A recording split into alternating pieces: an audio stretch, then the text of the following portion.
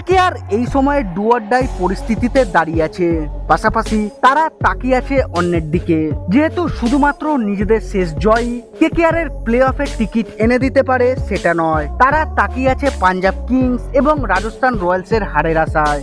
আর Rajasthan Royals এর ক্ষেত্রে বরং বলা ভালো যে তরুণ বৈভব সূর্যবংশীর দিকেও তাকিয়ে রয়েছে কেকেআর। যেদিন এই খুদে ক্রিকেটারের ব্যাট চলে সেদিন আর বিপক্ষ কোনো দল কুল কিনারা খুঁজে পায় না। কেকেআর যদি লিগ পর্বে নিজেদের শেষ ম্যাচটি জিতে যায় তাহলে 14 ম্যাচে তাদের পয়েন্ট দাঁড়াবে 15। কিন্তু যদি রাজস্থান রয়্যালস তাদের শেষ ম্যাচটি মুম্বাইয়ের বিরুদ্ধে জয়লাভ করে তাহলে কেকেআর এর সামনে কোনো রাস্তা থাকবে না।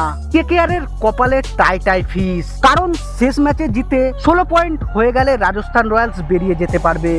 কারণ 15 পয়েন্টে থাকা কোনো দলেরই আর শেষ চারে যাওয়ার স্বপ্ন পূরণ হবে না। পাঞ্জাব নিজেদের শেষ ম্যাচ জিতলে পাবে 15 পয়েন্ট, আর কেকেআরও তাই। বৈভব সূর্যবংশী, যার একার ব্যাটে 2026 আইপিএল মরশুমে 13 ইনিংসে 236-এর বেশি স্ট্রাইক রেটে 579 রান এসেছে, তিনি যে কোনো দলের জন্যই সবচেয়ে বড় বিপদ। ছক্কা হাঁকানোতেও তার জুড়ি মেলা ভার। এই মরশুমে তার একার ব্যাট থেকেই এসেছে 53টি ছক্কা, যা তাকে ক্রিস গেইলের 59টি ছক্কার সর্বকালের এক মরশুমের সর্বোচ্চ ছক্কার তালিকায় দ্বিতীয় স্থানে নিয়ে চলে এসেছে।